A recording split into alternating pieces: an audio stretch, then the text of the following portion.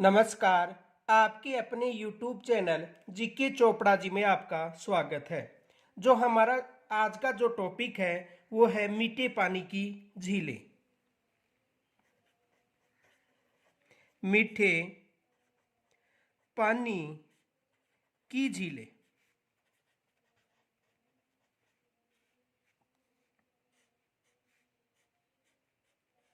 आज का जो हमारा टॉपिक है वो है मीठे पानी की झीलें। देखो, पीछे हमने खारे पानी की झीलों का अध्ययन कर लिया था और आज का जो हमारा टॉपिक है वो है मीठे पानी की झील। तो देखो, सबसे पहले मीठे पानी की झीलों में हम पुष्कर झील का अध्ययन करेंगे। पुष्कर झील।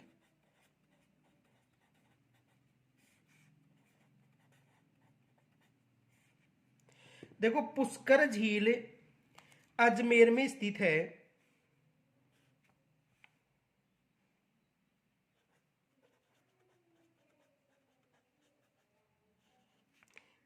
पुष्कर झील कहां पर स्थित है?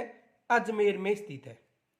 देखो, पुष्कर झील अजमेर में स्थित है और यह झील एक प्राकृतिक झील है। कौन सी झील है? प्राकृतिक झील। प्राकृतिक झील है। कौन सी झील है? प्राकृतिक झील है।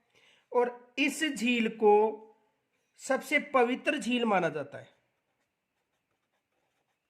सबसे पवित्र झील माना जाता है। यानी राजस्थान की सबसे पवित्र झील किसे माना जाता है? पुष्कर झील को माना जाता है। ये विशेष याद रखना। और इस झील पर 52 घाट निर्मित है। 52 घाट निर्मित है। यह भी विशेष याद रखना कि इस झील पर कितने घाट निर्मित है? 52 घाट निर्मित है। और यह झील NH निवासी के पास स्थित है। यानी जो राष्ट्रीय राजमार्ग 89 निवासी के पास स्थित है। राष्ट्रीय राजमार्ग निवासी के पास स्थित है। और इस झील में गांधी जी की अस्थियां विसर्जित की गई थी। यह भी विशेष याद रखना। गांधी जी की अस्थियां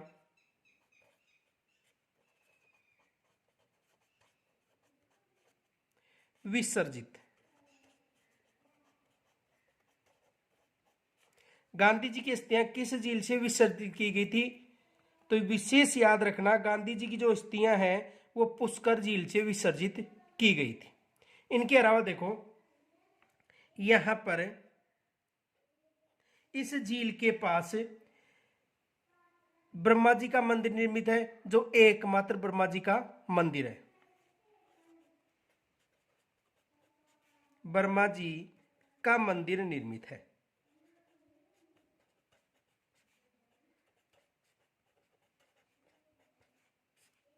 यहां पर किसका मंदिर निर्मित है? ब्रह्मा जी का मंदिर निर्मित है। इनके अलावा देखो, ये जो झील है यहां पर रंगीन पशु मेला आयोजित होता है। कब होता है? कार्तिक पूर्णिमा को। यह भी विशेष याद रखना। कार्तिक पूर्णिमा को मेला आयोजित होता है। कब आयोजित होता है? कार्तिक पूर्णिमा को इस झील पर मेला आयोजित होता है। तो देखो, पुष्कर झील अजमेर में स्थित है। प्राकृतिक झील है। सबसे पवित्र झील मानी जाती है। इस पर 52 घाट निर्मित है। राष्ट्रीय राजमार्ग निवासी के पास स्थित है। कार्तिक पूर्णिमा को मेला आयोजित होता है और यहां पर एकमात्र ब्रह्मा जी का मंदिर निर्मित है। अब देखो,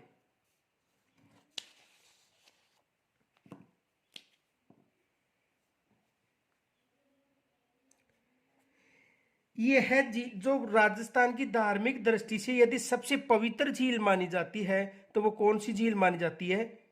पुष्कर झील। ये विशेष याद रखना। तो देखो, राजस्थान की यह धार्मिक दृष्टि से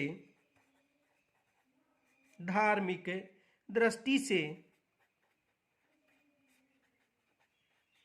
यानी राजस्थान की ये है धार्मिक दृष्टि से सबसे पवित्र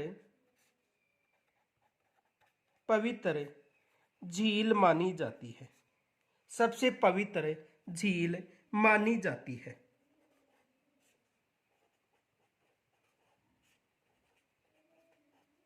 यदि राजस्थान की सबसे पवित्र झील मानी जाए धार्मिक दृष्टि से तो कौन सी झील मानी जाती है? पुष्कर झील। ये विशेष याद रखना कि पुष्कर झील धार्मिक दृष्टि से सबसे पवित्र झील मानी जाती है। अब देखो, इसे तीर्थराज, तीर्थों का मामा, कोंकण तीर्थ, आदि तीर्थ और हिंदुओं का पांचवा तीर्थ उपनाम से जाना जाता है। ये विशेष याद रखना। तो देखो, इसे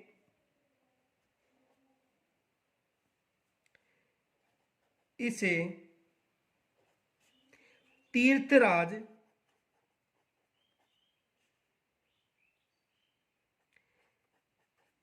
तीर्थों का मामा,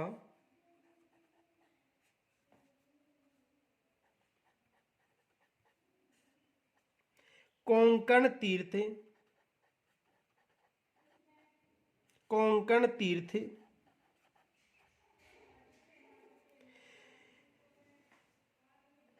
आदि तीर्थ तथा हिंदुओं का पांचवा तीर्थ, हिंदुओं का पांचवा तीर्थ, पांचवा तीर्थ आदि नामों से, आदि नामों से जाना जाता है।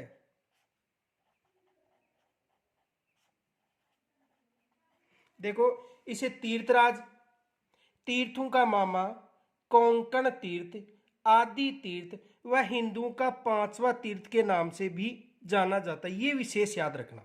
आगे देखो, देखो एक फैक्ट याद रखना, एग्जाम में पूछा जा सकता है, नोट।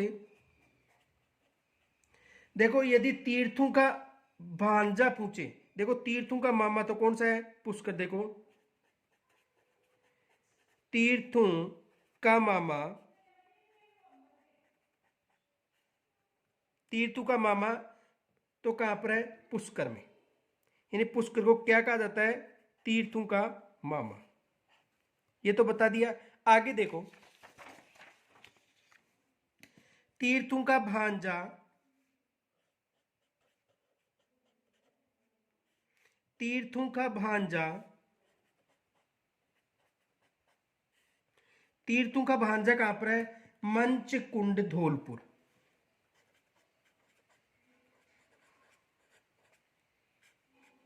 मंचकुंड धौलपुर तीर्थों का भांजा कहा जाता है। और तीर्थों का मामा भांजा, तीर्थों का मामा भांजा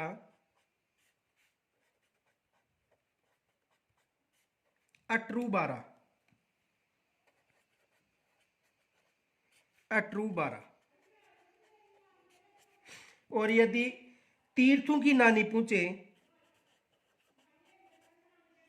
तीर्थों की नानी,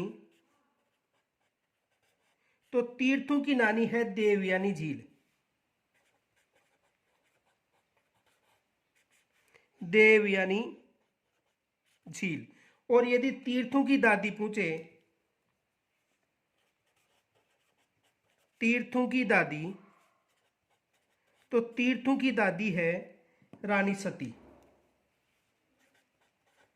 रानी सती, जो कहां पर है? झुंझुनू में। तो ये विशेष याद रखना। यदि तीर्थों का मामा पूछे तो पुष्कर, तीर्थों का भांजा पूछे तो मंचकुंड धौलपुर, तीर्थों का मामा भांजा पूछे तो अटरूबारा, और तीर्थों की नानी पूछे तो देवयानी। ये एग्जाम में पूछा गया था, पटवारी के एग्जाम में, कि तीर्थों की नानी कहा जाता है देवयानी झील को, और तीर्थों की दादी कहा जाता है रानी सती को। ये विशेष याद रखना, यहां से एग्जाम में प्रश्न बन सकता है। आगे देखो, यह है राजस्थान की, यह है राजस्थान की की प्रदूषित झील भी मानी जाती है। यह है राजस्थान की प्रदूषित झील भी मानी जाती है। यह है राजस्थान की प्रदूषित झील भी है। अब देखो, इस झील के बारे में यह बताया जाता है कि इस झील का जो निर्माण था सर्वप्रथम पुष्कर के ब्राह्मणों द्वारा किया गया था। इस कारण इसका नाम पुष्कर झील पड़ा था। लेकिन वास्तव में यह झील एक प्राकृतिक झील है जो ज्वालामुखी के उद्गार से निर्मित कालडेरा झील के रूप में प्रसिद्ध है। तो देखो, यह झील प्राकृतिक झील है। प्राकृतिक झील है। यह झील प्राकृतिक झील है जो ज्वालामुखी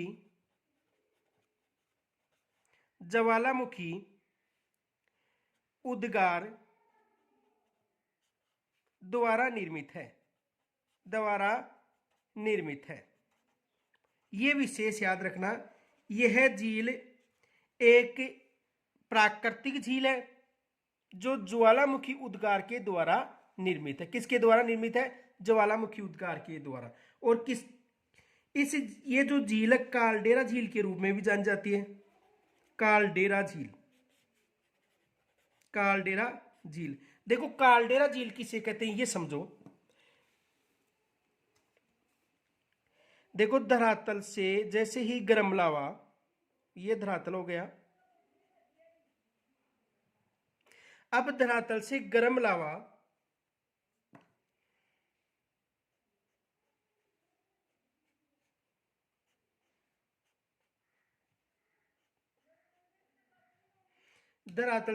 लावा बाहर निकलता है और बाहर निकलकर एक पर्वत का रूप ले लेता है। किसका रूप ले लेता है? पर्वत का रूप ले लेता है। ठीक है। अब यहां पर जब ज्वालामुखी उद्गार समाप्त हो जाता है तो देखो, ज्वालामुखी के मुख को तो क्रेटर कहते हैं। ज्वालामुखी के मुख को क्या कहते हैं? क्रेटर कहते हैं। लेकिन यह मुख यदि काफी चौड़ा हो जाता है, प्याले नुमा चौड़ा हो जाता है, ठीक है, और यहां पर पानी भर जाता है तो ये कालडेरा झील हो जाती है। और इसके प्यालेनु में जो मुख हो जाता है, काफी चौड़ा हो जाता है, उसे क्या कहा जाता है? कालडेरा। ये विशेष याद रखना है। देखो, ज्वालामुखी के मुख को क्रेटर कहते हैं और यदि यह मुख काफी चौड़ा हो जाता है प्यालेनुमा तो उसे क्या कहा जाता है?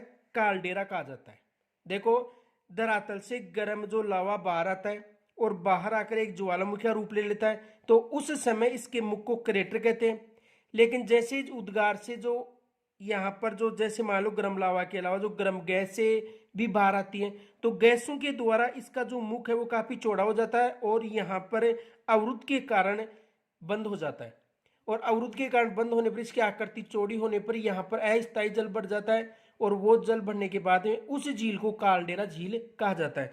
तो ये झील एक प्राकृतिक झील है, कृत्रिम नहीं है। यह एक झील प्राकृतिक झील है जो ज्वालामुखी उद्गार द्वारा निर्मित यानी कालडेरा झील है। एग्जाम में प्रश्न पूछा गया था कि ऐसी कौन सी झील है जो कालडेरा झील के रूप में जानी जाती है, तो जो पुष्कर झील है वो कालडेरा झील के रूप में जानी जाती है। ये विशेष याद रखना, जो पुष्कर झील है वो कालडेरा झील का सर्वश्रेष्ठ उदाहरण है राजस्थान में। आगे देखो, फैक्ट याद रखना, पुष्कर झील राजस्थान की कालडेरा झील है। अब देखो, जो किंवदंतियां हैं, जो प्राचीन घटनाएं हैं या प्राचीन जो स्रोत हैं, उनके आधार पर यह कहा जाता है कि इस झील का निर्माण पुष्कर के ब्राह्मणों ने करवाया था। इस कारण इस झील का नाम पुष्कर झील पड़ा था। आगे देखो, किंवदंती के अनुसार, किंवदंती का मतलब जो प्राचीन जो घटनाएं होती है, काल्पनिक घटनाएं होती हैं। किंवदंती का मतलब जो काल्पनिक विचार होते हैं, उनके अनुसार इस झील का निर्माण इस झील का निर्माण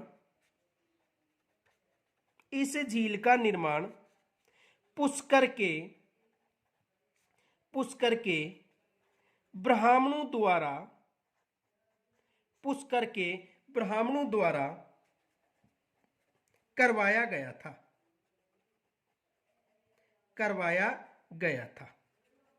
ये एक काल्पनिक घटना है, ये काल्पनिक विचार है कि इस झील का निर्माण किन्होंने करवाया था, पुष्कर के ब्राह्मणों ने करवाया था। इस कारण इसका नाम पुष्कर झील रखा गया, पुष्कर पड़ा। यानी इसी कारण इसका नाम क्या रखा, पुष्कर पड़ा। ठीक है, ये विशेष याद रखना, पुष्कर झील या पुष्कर पड़ा एक ही बात है। यानी कि इस झील का निर्माण पुष्कर के ब्राह्मणों ने करवाया था, इस कारण इस झील का नाम इसका नाम पुष्कर पड़ा, यानी पुष्कर झील पड़ा। एक ही बात है, पुष्कर या पुष्कर झील पड़ा। आगे देखो, ये जो झील है, इस झील का सबसे पहले पुनर्निर्माण 1809 में मराठों ने करवाया था। ये भी याद रखना, एग्जाम में पूछा गया था। तो देखो, इस झील का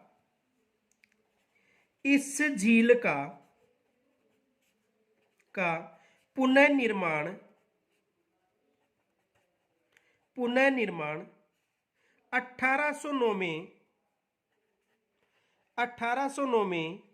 मराठों ने करवाया था।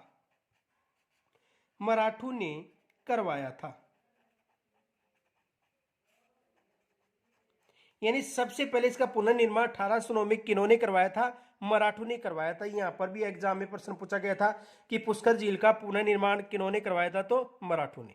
आगे देखो,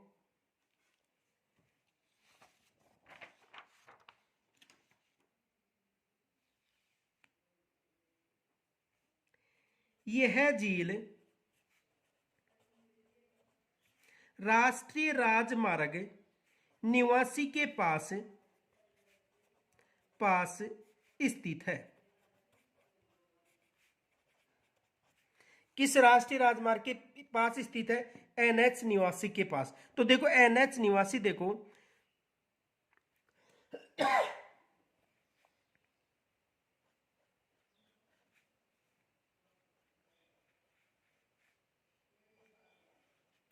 देखो ये है NH15, ये है NH निवासी, और ये है NH। प्राचीन समय में 8 था और वर्तमान में 48। पहले 8 था, वर्तमान में 48। अब देखो, यहां पर बीकानेर है, तो बीकानेर से अजमेर तक जो स्थित है NH निवासी, कहां से, बीकानेर से अजमेर तक, ये अजमेर क्षेत्र है। और जो हमारा राष्ट्रीय जो राजमार्ग टॉपिक है उसमें चित्र समझा रखा है। तो NH निवासी के पास यहां पर पुष्कर में स्थित है। ये कौन सी झील है, पुष्कर झील।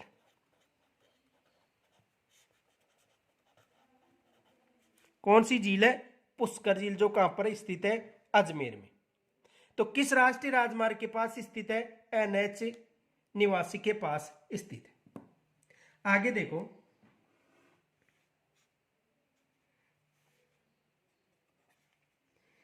यह झील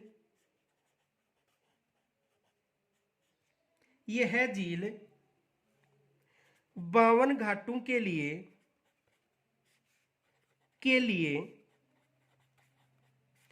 प्रसिद्ध है। कितने घाटों के लिए प्रसिद्ध है, 52 घाटों के लिए। ये भी विशेष याद रखना कि ये है झील कितने घाटों के लिए प्रसिद्ध है, 52 घाटों के लिए प्रसिद्ध। एक फैक्ट ये और याद रखना, देखो नोट, इस झील के अलावा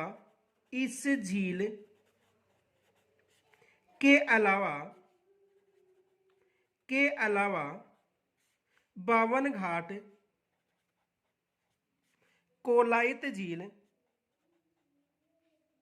कोलायत झील पर भी निर्मित थे। ये विशेष याद रखना कि इस झील के अलावा जो 52 घाट हैं वो कहाँ पर निर्मित थे, कोलायत झील पर। तो 52 घाट एक तो पुष्कर झील में है और एक कोलायत झील में, ये विशेष याद रखना। आगे देखो,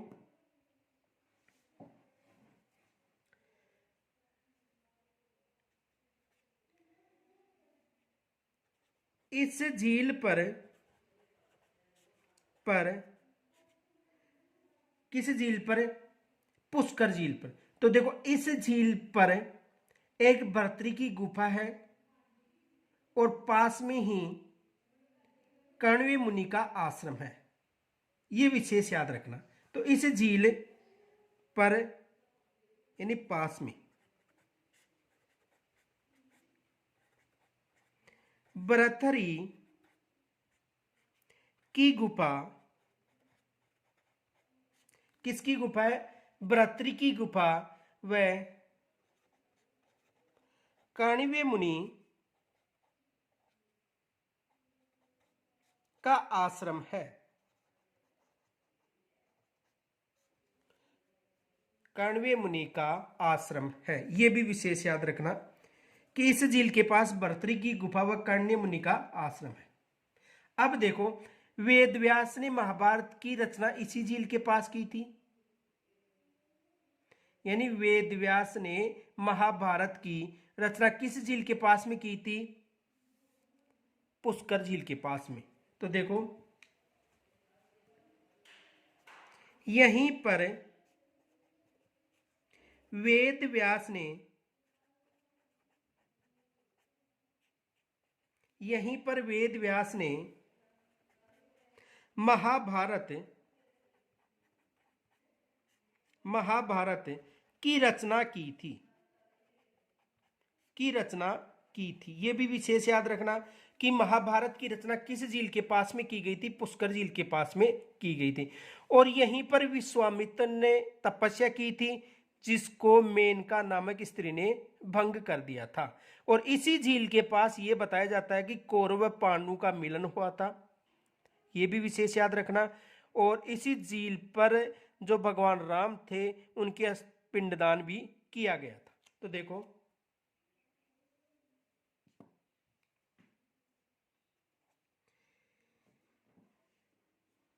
यहीं पर विश्वामित्र ने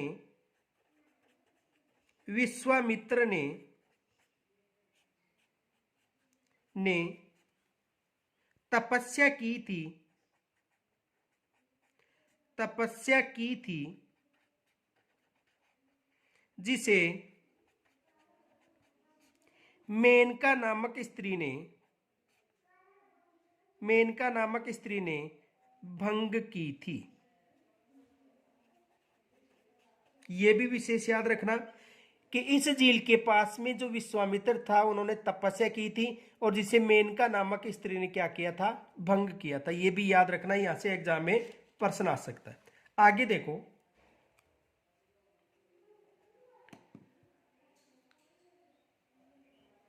इस झील के पास में, किस झील के पास में, पुष्कर झील के पास में। देखो इस झील के पास, कौरव व पांडवों का मिलन हुआ था।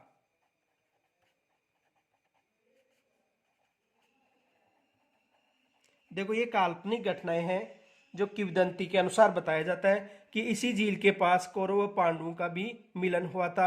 इनके अलावा देखो ये जो झील है, यहाँ पर जो ब्रिटेन की महारानी मेरी थी उन्हें महिलाओं के लिए जनाना घाट का निर्माण करवाया था और इस घाट से ही महात्मा गांधी की अस्थियों का विसर्जित किया गया था, इसलिए इसे गांधी घाट भी कहा जाता है।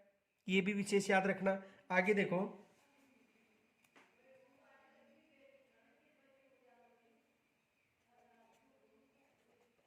भगवान राम ने अपने पिता दशरथ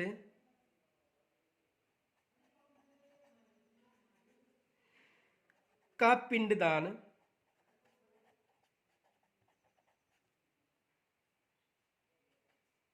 पिंडदान इसी झील में किया था।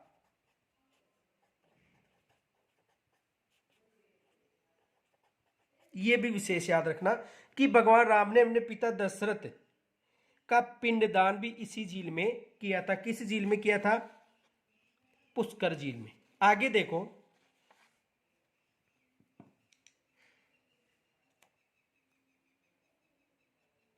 ब्रिटेन की महारानी मैडम मेरी ने महिलाओं के लिए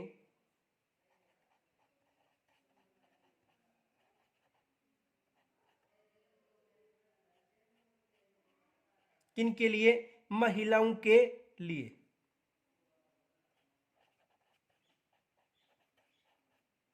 1911 में,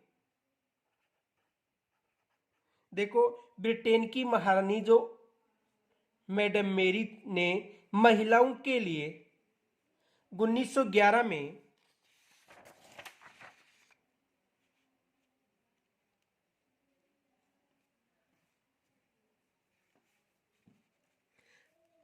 अलग से महिला घाट,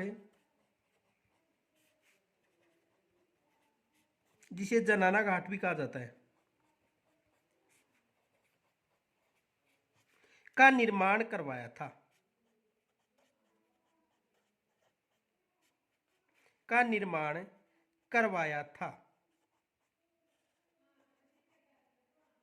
यह भी विशेष याद रखना कि जो ब्रिटेन की महारानी मेरी थी, उन्होंने इस झील पर महिलाओं के लिए जनाना घाट का निर्माण करवाया था।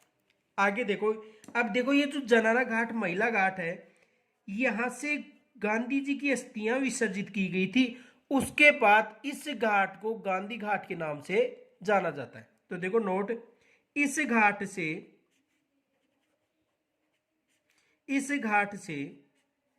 गांधी जी की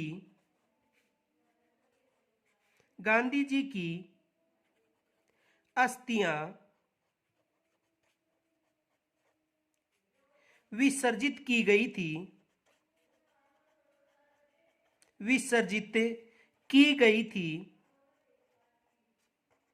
विसर्जित की गई थी जिसके बाद इसे गांधी घाट के नाम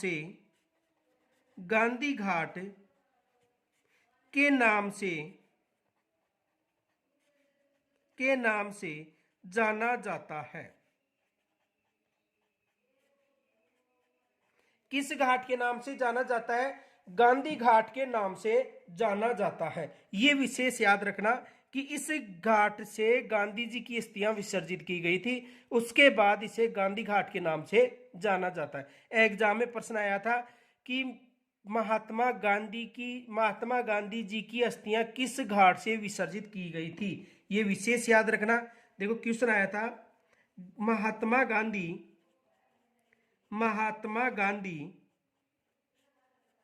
की अस्थियां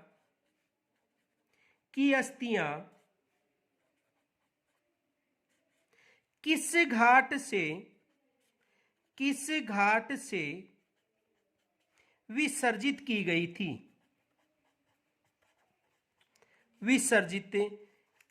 थी। एग्जाम में ये प्रश्न आया था और आगे बनने की संभावना भी है प्रश्न यहां से। तो किससे? जनाना घाट या महिला घाट से। ये विशेष याद रखना, जनाना घाट या महिला घाट से। आगे देखो, इस झील के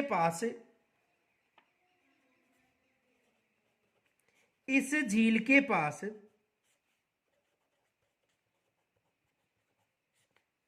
ब्रह्मा जी का मंदिर निर्मित है।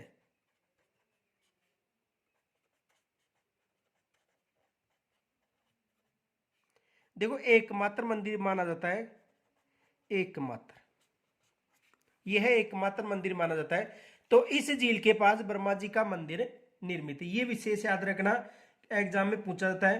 तो देखो ब्रह्मा जी की मूर्ति इस मंदिर में जो मंदिर का निर्माण था वो तो करवाया था गोकुल चंद पारिक ने, और ब्रह्मा जी की जो मूर्ति थी वो रखी थी किन्होंने, आद्य शंकराचार्य ने, ये विशेष याद रखना, यहां पर भी प्रश्न बनता है। तो देखो नोट, इस मंदिर का निर्माण, इस मंदिर का निर्माण, इस मंदिर का निर्माण गोकुल चंद पारिक ने करवाया था। गोकुल चंद पारिक ने करवाया था।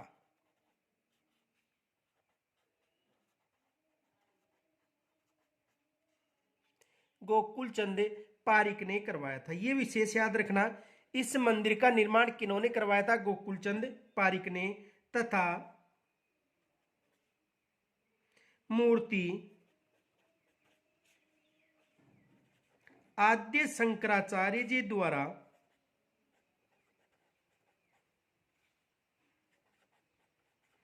आद्य शंकराचार्य जी ने रखी थी। देखो इस मंदिर का निर्माण किन्होंने करवाया था, गोकुलचंद पारिक ने, ये विशेष याद रखना। दोनों फैक्ट एग्जाम में पूछे जा सकते हैं कि ब्रह्मा जी के मंदिर का निर्माण किन्होंने करवाया था, तो ब्रह्मा जी के मंदिर का निर्माण गोकुलचंद पारिक ने करवाया था। और यहाँ पर जो मूर्ति थी वो किन्होंने रखवाई थी, आद्य शंकराचार्य जी ने रखवाई थी। एग्जाम में यहाँ से प्रश्न बन सकता है, ये विशेष याद रखना। आगे देखो, इस मंदिर के पास ही, इस मंदिर के पास ही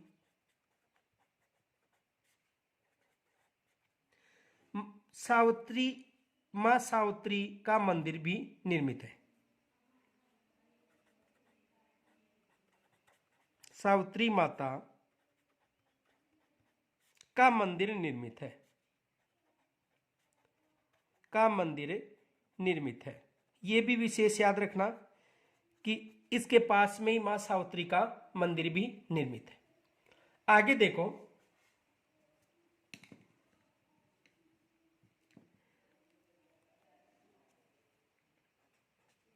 इस झील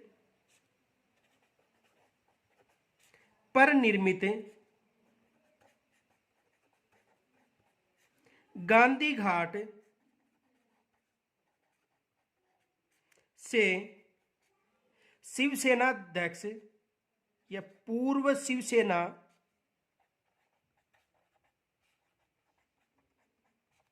अध्यक्ष बाल ठाकरे की अस्थियां भी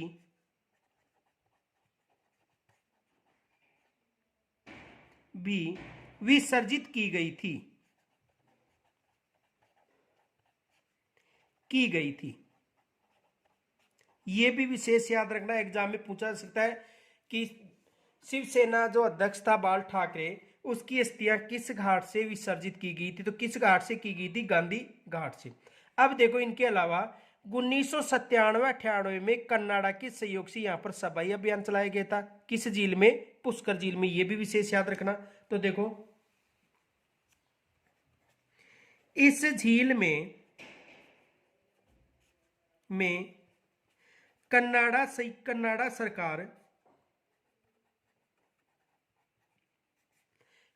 सरकार के सहयोग से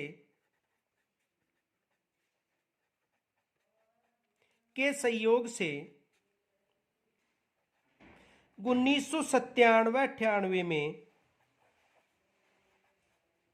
1997-98 में सफाई अभियान चलाया गया था, सफाई अभियान चलाया गया था।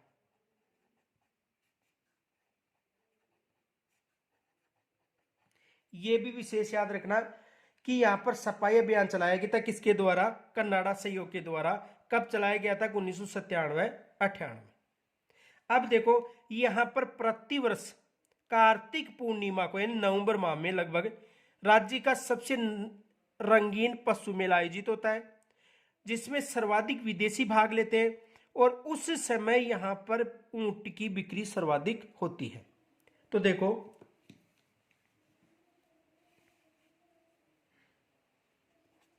इस झील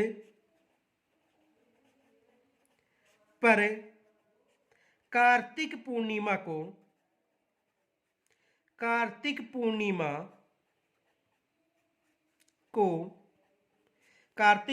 कब आती है? नवंबर माह में को रंगीन पशु मेला या रंगीन पशु मेला न आकर रंगीन मेला भी आ सकता है, रंगीन मेला आयोजित होता है।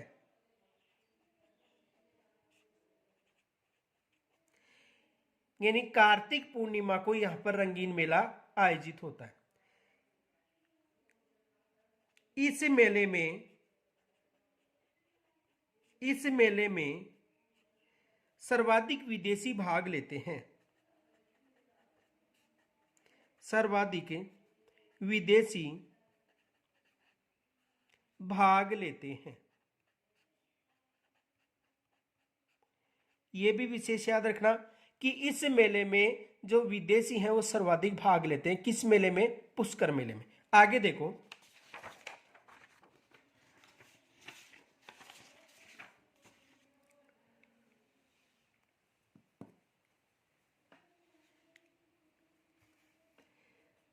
इस मेले में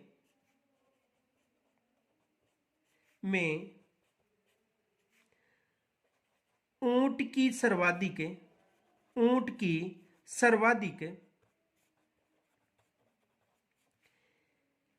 बिक्री होती है।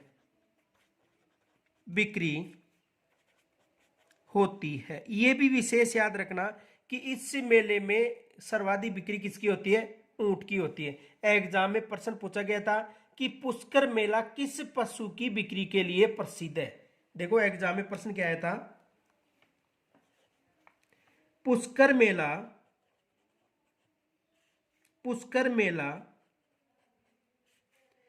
किस पशु की बिक्री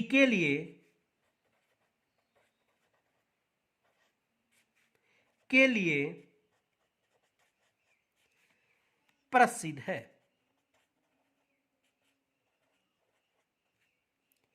यानी पुष्कर मेला किस पशु की बिक्री के लिए प्रसिद्ध है? तो विशेष याद रखना किस पशु के लिए? ऊंट। और आपको यह भी पता होना चाहिए ऊंट को राज्य सरकार के द्वारा राज्य पशु भी घोषित किया गया है। देखो जंगली पशु अलग है, चिंकारा है, और राज्य पशु कौन सा है? ऊंट। तो देखो पुष्कर झील में किस पशु का बिक्री के लिए प्रसिद्ध है? पुष्कर मेला। तो पुष्कर मेला किस पशु के लिए? ऊंट के लिए। और ऊंट को राज्य सरकार के द्वारा राज्य पशु घोषित किया गया, यह भी विशेष याद रखना। आगे देखो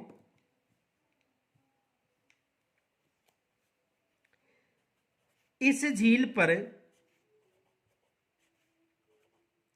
पवित्र गोघाट भी निर्मित है।